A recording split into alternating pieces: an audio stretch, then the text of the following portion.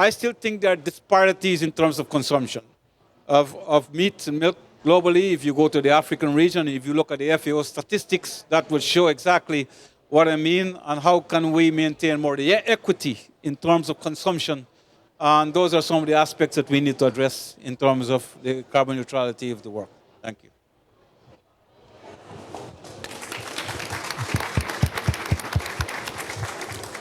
Muito obrigado. Bom, vou passar a palavra para o Raoni Rajão, do Ministério do Meio Ambiente, nosso parceiro na formulação do programa. Rajão. Boa tarde a todos, é um prazer estar aqui com vocês, né? E eu gostaria de ressaltar, né, o quão importante está sendo esse momento aqui, né? Ontem tivemos o prazer aqui no painel para falar dos planos de controle do desmatamento, de ter a presença do Tete aqui conosco, né, um homem forte no Ministério da Agricultura, né, e agora aqui o Ministério do Meio Ambiente falando de crédito rural. Né, o crédito rural numa perspectiva que nós entendemos que é um elemento essencial para a gente reduzir o desmatamento no Brasil. Né, principalmente porque a gente estamos conseguindo, estamos entregando resultados na redução do desmatamento ilegal, mas para reduzir o desmatamento legal, a gente tem que dar condições, a gente tem que dar estímulos para o produtor rural. Né? Daí, da mesma forma, você tem ali já uma série de iniciativas ligadas ao setor da indústria, né? Muito bem estabelecidas no âmbito do Fundo Clima. Né? Por exemplo, hoje, se você não é ilegal fazer uma termoelétrica a carvão no Brasil. Agora, não venha no Fundo Clima pedir juros baratos para poder fazer uma termoelétrica a carvão. Agora, um bom projeto de energia renovável vai ter, sim, um estímulo, né, um juros mais baixo para poder ser realizado. E foi com a mesma lógica que nós construímos a parceria com o Ministério da Agricultura. Né? Nós temos ali, de certa forma, um pagamento por serviço ambiental embutido no crédito rural. Né? E aí, com isso, nós conseguimos, né, na parceria com também o Ministério da Fazenda, com o Tesouro, recurso do Ecoinvest, através do Fundo Clima, que é um fundo do Ministério do Meio Ambiente, coordenado pelo Ministério do Meio Ambiente, e esse repassando para os bancos, para o sistema financeiro, para poder ser o seguro do dinheiro estrangeiro chegando no Brasil. Porque não é o problema conseguir recurso internacional a 2%. O problema é você lidar com a variabilidade cambial. Daí que entra esse estímulo público, né, no âmbito dessa parceria. Né? E é importante aqui ressaltar, né, que, de um lado, a gente está, sim, conseguindo dar um juros mais baixo, metade do valor de mercado, mas, do outro lado, os beneficiários do programa, né, estarão entregando para a sociedade brasileira 10 anos de desmatamento zero, absoluto, legal e ilegal, nos seus imóveis rurais. Então, eu gostaria realmente de enfatizar, né, o quão revolucionário está sendo esse programa e nós temos grandes expectativas para ele. Muito obrigado.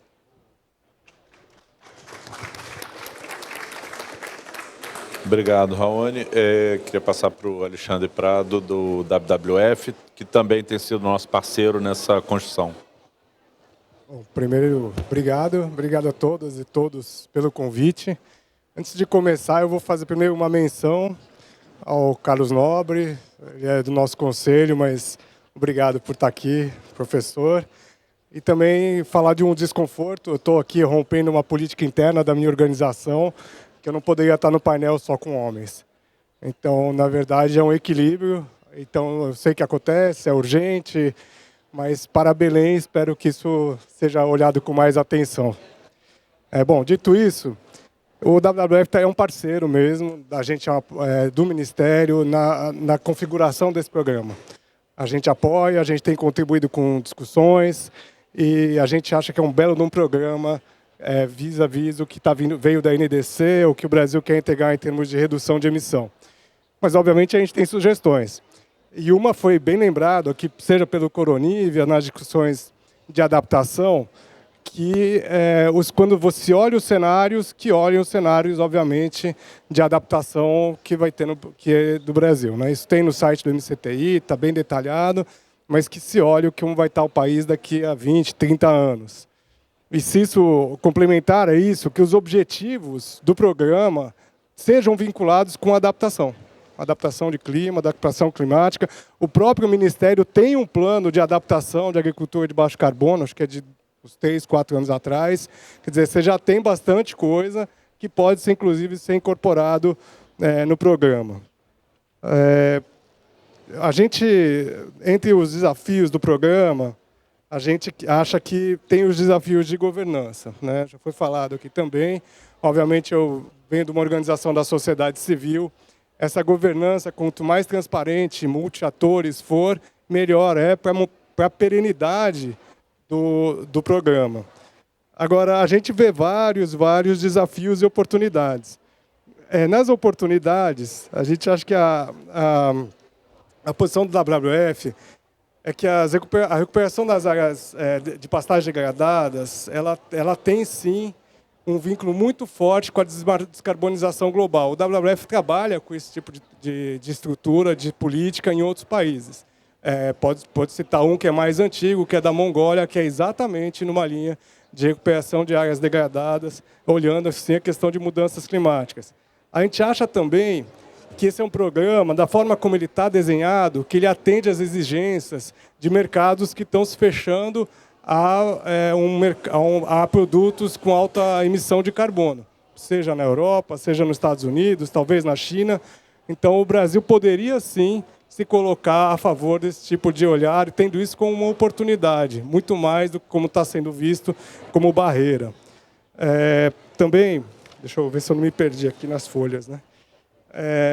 A gente acha que é importante e sim, essencial que não se volte atrás em critérios já estabelecidos, por exemplo, na Resolução 5081, né, que não se haja flexibilização de nenhum critério para a propriedade rural. Quer dizer, é um programa que está olhando a agricultura que queremos, né? A gente sabe disso, a gente está junto nesse barco, então a gente acha que esse é um detalhe muito importante, que é não voltar atrás, sobretudo na Resolução 5081.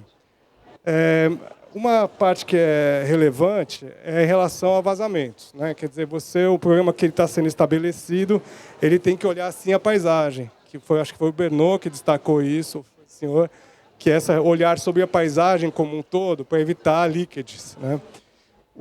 E aí, por fim, foi falado do MRV, acho que foi você, né, Bernot? E aqui nesse olhar de monitoramento, que é tão importante, a gente aprendeu também com o próprio ABC, né, que teve dificuldade de ter monitoramento no começo, depois como é que a gente volta atrás para recuperar esses dados. Então, a gente aprende também, né? A gente aprende errando e aprende acertando. Mas um detalhe importante que também faz diferença, que tem o monitoramento da prática agrícola em si e tem o monitoramento da parte ambiental. E aí eu acho que a parceria é importante. A prática agrícola, ela tem que ficar assim no mapa, Embrapa, é ali que está o conhecimento sobre isso. A parte ambiental, do nosso ponto de vista, obviamente, tem que estar no Ministério do Meio Ambiente. É isso. Muito obrigado. Até o ano que vem.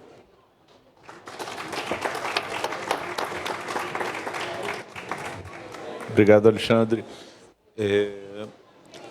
Carlos, você quer comentar alguma coisa a respeito dos pontos que foram colocados? Nós não fizemos uma apresentação muito longa, mas alguns pontos eu acho que tem que voltar. Por exemplo, você acabou falando aqui, não tem mulher no palco. Nós se preocupamos com isso. E um financiamento acima de um determinado limite vai ter que ter, no mínimo, tanto por cento, um percentual lá acima do que é o percentual brasileiro. O percentual brasileiro é 15%, nós estamos querendo estipular 20%. A outra coisa, fazer melhores condições de financiamento, ao menos em volume de dinheiro, para aqueles agricultores que tenham reserva legal acima da exigência legal. Outro assunto também que nós estamos preocupados, dependendo também do volume de financiamento, ele tem um programa de combate a incêndio e também financiar os equipamentos necessários a um combate. Quanto à questão que você falou de não voltar para trás, é óbvio que não vai voltar para trás em nada da legislação atual sobre a questão ambiental. Nós, sim, vamos olhar para frente e não para trás.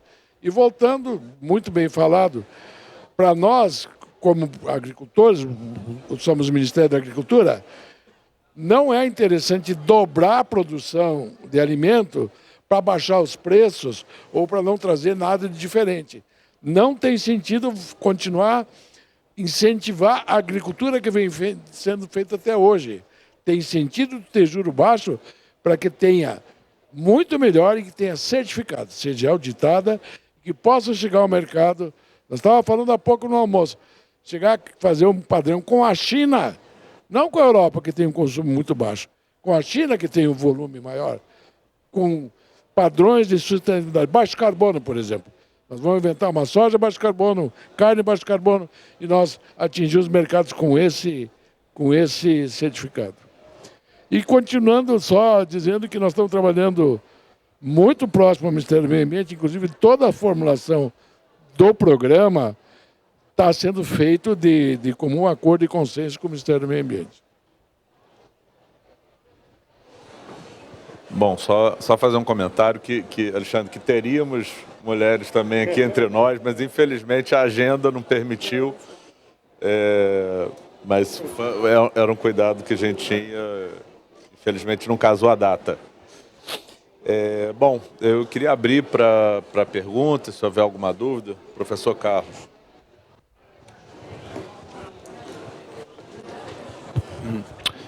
Muitíssimo obrigado.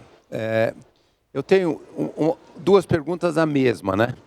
A primeira é, vocês todos conhecem o pesquisador ex-Embrapa Eduardo Assad. Ele me passou, o ano passado, o seguinte dado. Depois do Plano de Agricultura de Baixo Carbono, 2010, aprovado pelo Congresso, a pecuária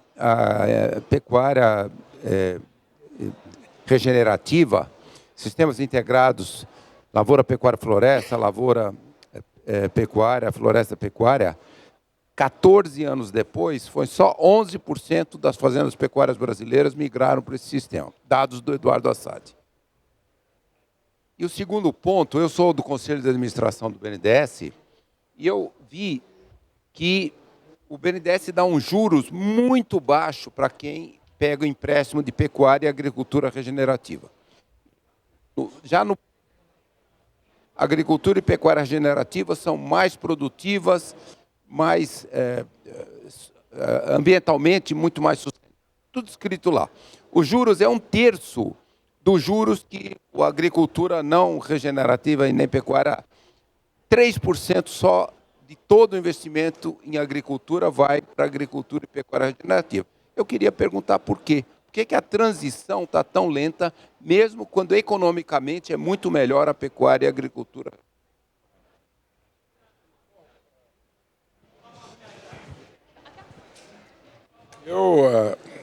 Eu desconheço esse juro. Tem alguma coisa errada. Isso não está chegando na mão do pecuarista, do agricultor, esse dinheiro ou a expressão é outra. Não conheço juro muito barato para essa finalidade do BNDES do que você falou. Agora, quanto ao sistema IPLF, o que nós estamos propondo é assim, o juro médio desse financiamento, médio não, o juro vai ser 6,5%, que é muito barato. Isso é metade do juro comercial.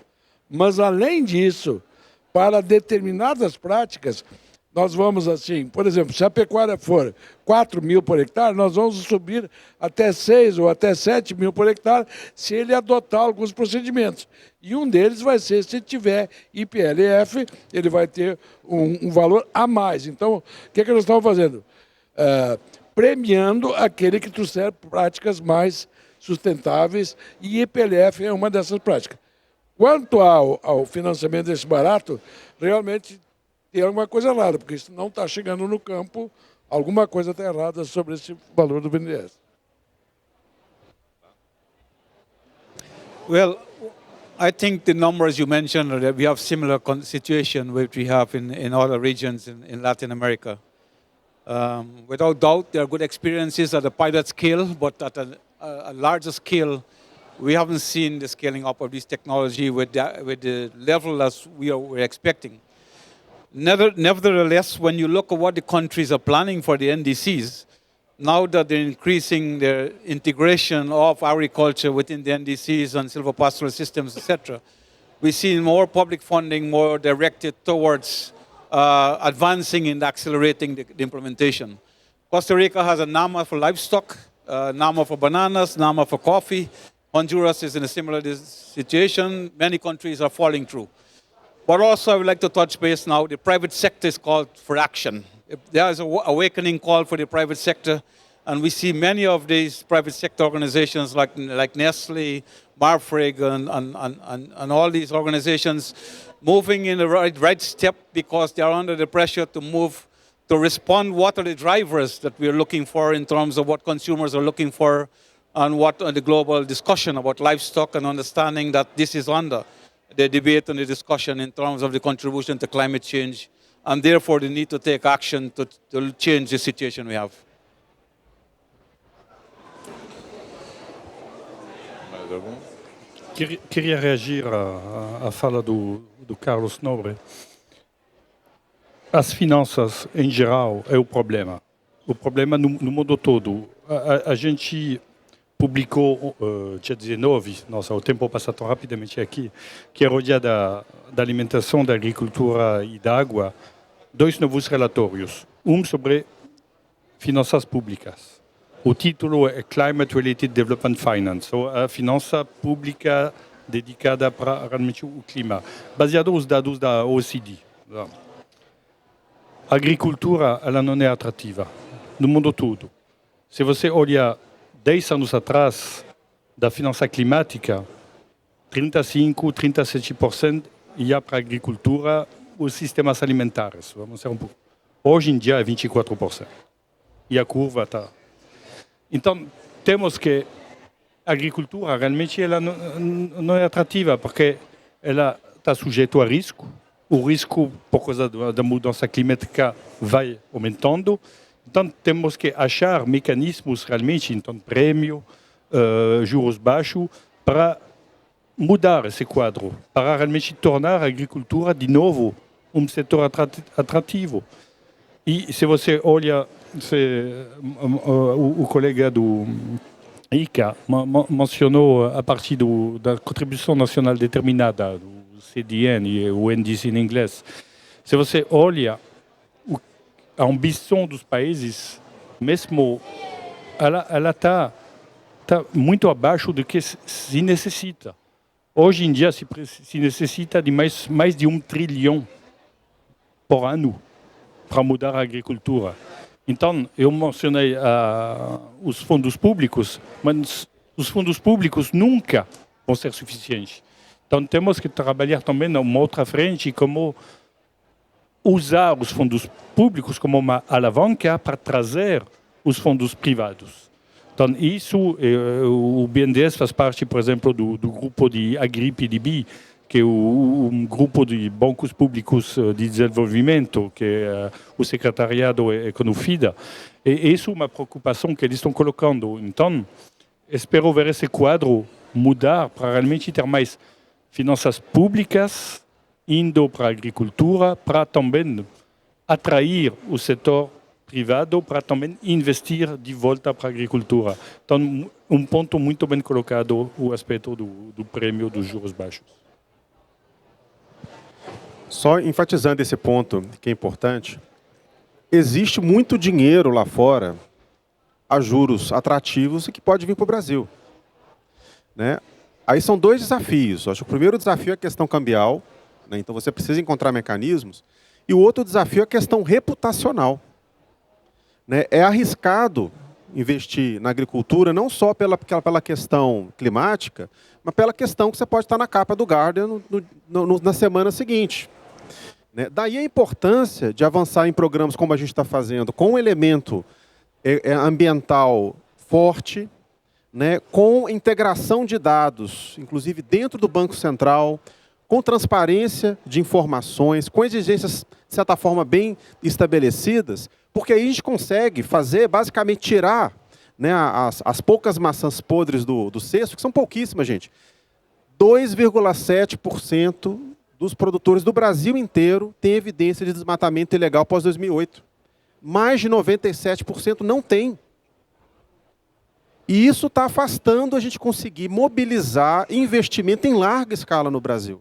Então, por isso que, assim, agora nós estamos com um momento realmente com a possibilidade de mostrar para o setor, de solidificar no setor, que separar o joio do trigo é bom para todo mundo, é bom principalmente para o Brasil, é bom principalmente para o agronegócio e para alcançar as nossas metas climáticas.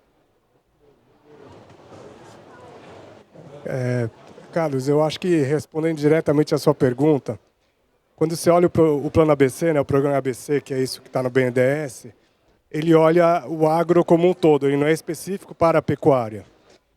E aí tem uma consideração, sim, quer dizer, a pecuária no Brasil, ela tem uma forma de financiamento diferente da soja ou de milho, das commodities agrícolas, né? E por isso que esse programa é interessante, porque ele pega os 170 milhões de hectares, mais ou menos, de pastagem, pega o que era pastagem degradada, qualifica, né? Olha, o que é degradado em alto nível, médio nível, baixo nível, e essas que você tem com um alto nível de degradação e médio nível, essas que o programa está atacando.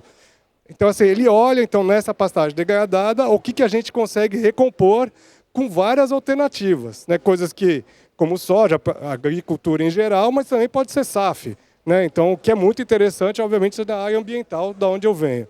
Então, assim, é um programa super interessante. Tem sugestões que a gente possa fazer, algumas eu coloquei. Tem uma, por exemplo, que eu acho que a gente vale a pena falar, que é a compra de equipamento de tecnologia, drones e tal. A agricultura está super trabalhando com isso, a priori não está nas linhas especificadas lá. Isso pode ser colocado. Ah, então entrou. Então incorporar. Vocês estão sendo rápidos. Vamos ver se vocês vão incorporar o que eu falei aqui essa semana. Mas então, assim, tem sempre melhorias, mas a gente acha que ele olha exatamente esses 100 milhões de hectares que a gente fala de áreas de pastagem degradada, que obviamente, uma vez que ele está se recompondo, e é caro. Recuperar a pastagem degradada é caro, porque o solo está degradado. Vocês conhecem, eu não sou biólogo, não sou geólogo. Então, quer dizer, tem que ter um programa específico. É tão relevante porque vem do Brasil no momento que o Brasil vai ter a presidência da COP. Então, é muito bacana. É isso. Obrigado. Sobre isso, só comentar que tem sido Claro, só fazer um comentário. Tem sido uma jornada muito interessante, também bem trabalhosa, montar, estruturar esse programa. A gente tem conversado com diversos parceiros. Está funcionando? Tá. Diversos parceiros de países, organismos internacionais, ONGs, ministérios, empresas, bancos. E aí, isso tem sido muito intenso nas últimas semanas. Aí, como eu comentei, já incorporamos uma série de coisas. Você não tinha ainda essa versão, mas acredito que essa composição vai enriquecer muito o projeto, vai auxiliar muito no sucesso dele.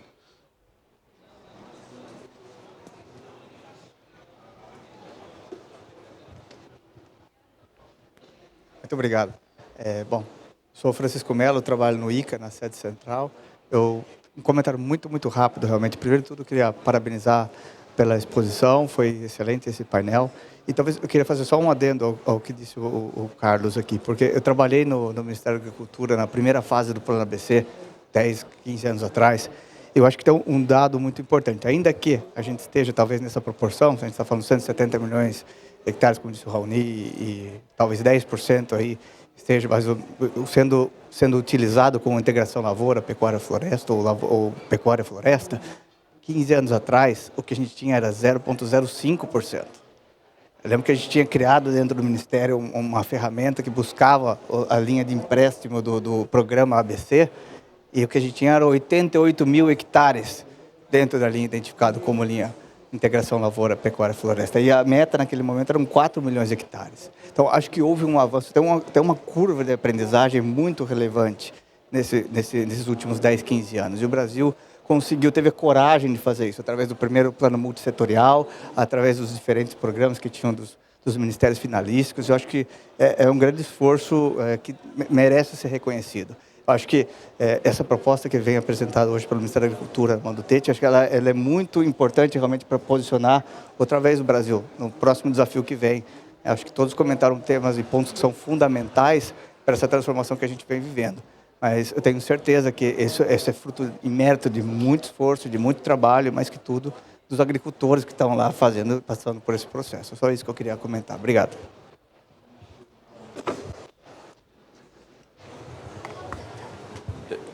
Mais alguém, gente? Mais alguma pergunta? Não? Bom, então eu queria abrir para considerações finais aqui dos convidados. Acho que a gente pode seguir a ordem. Muito obrigado pelo convite, de novo, foi ótimo. Espero encontrar todo mundo em Belém. E por último, você sabe, a sociedade civil sempre tem as coisas, né? A gente acha que o mecanismo que seria importante é aqueles que não atendem os critérios ao longo do tempo, o que deve acontecer.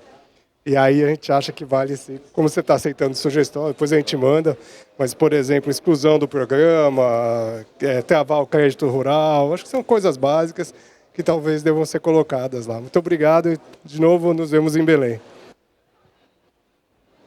Não, só falar que o Brasil está a FAO e o mundo todo está de olho no Brasil, porque vocês vão sediar a COP30, está num momento realmente importantíssimo. Sei, por exemplo, que a Embrapa vai fazer várias reuniões preparatórias em vários biomas do Brasil. Então, um ano é curto, mas se vocês já têm alguns sucessos, seria bom trazer isso na COP, mostrar que foi possível implementar. Vai ser o início, a gente sabe que recuperar a pastagem é demorado, mas se você conseguir já mostrar um efeito inicial, seria muito bom. Obrigado. Então, gostaria um pouco, até inspirado aí na trajetória do Plano ABC, né, e que sempre que né, quando a gente começa, o impossível é aquilo que ninguém fez ainda, né?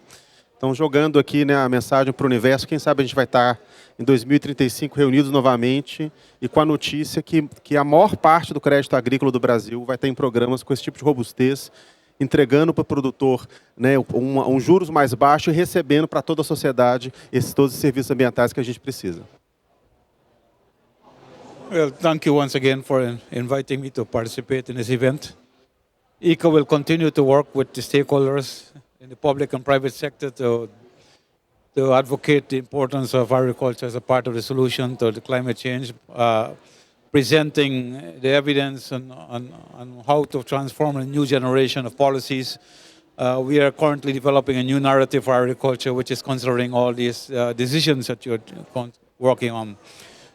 With respect to the climate finance, which my colleague from FAO mentioned, we must recall that in the Glasgow meeting, the private sector pledged more than $50 trillion, and we need to have an accountability of what is being pledged and how they're going to implement that, and especially put emphasis on the agriculture sector, especially when we look at the numbers and what has been reported out from the brief that came out this morning about the impact of agriculture on emissions and why we need to build a case for more investments in the agriculture sector and finance, but also de-risking the finance that goes in the agriculture sector.